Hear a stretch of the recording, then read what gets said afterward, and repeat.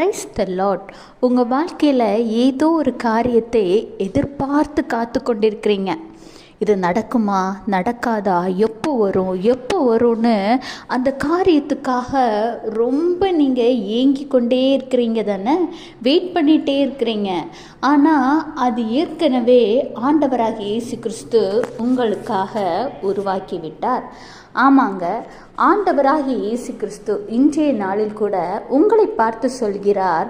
சங்கீதம் 132:17, அங்கே தாவீதுக்காக ஒரு கொம்பை முளைக்க பண்ணுவேன், நான் அபிஷேகம் பண்ணுவித்தவனுக்காக ஒரு விளக்கை ஆயத்தம் பண்ணினேன்.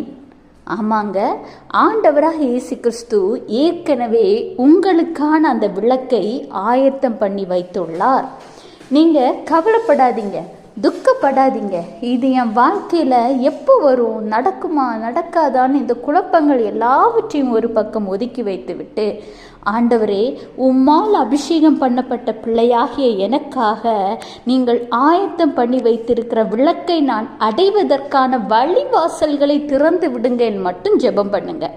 கர்த்தர் உங்களுக்காக வைத்திருக்கிறத யாராலையும் மாற்ற முடியாது. ஆண்டவருடைய அபிஷேகத்தை பெற்ற பிள்ளையாகிய உங்களுக்காக அவர் ஏற்கனவே எரிந்து கொண்டிருக்கிற ஒரு விளக்கை ஆயத்தம் பண்ணி வைத்து விட்டார். அதை ஆண்டவரை தவிர யாராலும் எந்த காரணத்தினாலும் அணைக்க இயலாது.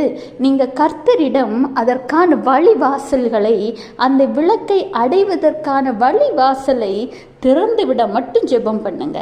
கர்த்தர் உங்களையும் உங்கள் குடும்பத்தையும் ஆசீர்வதிப்பார். Have a blessed day. Jesus bless you.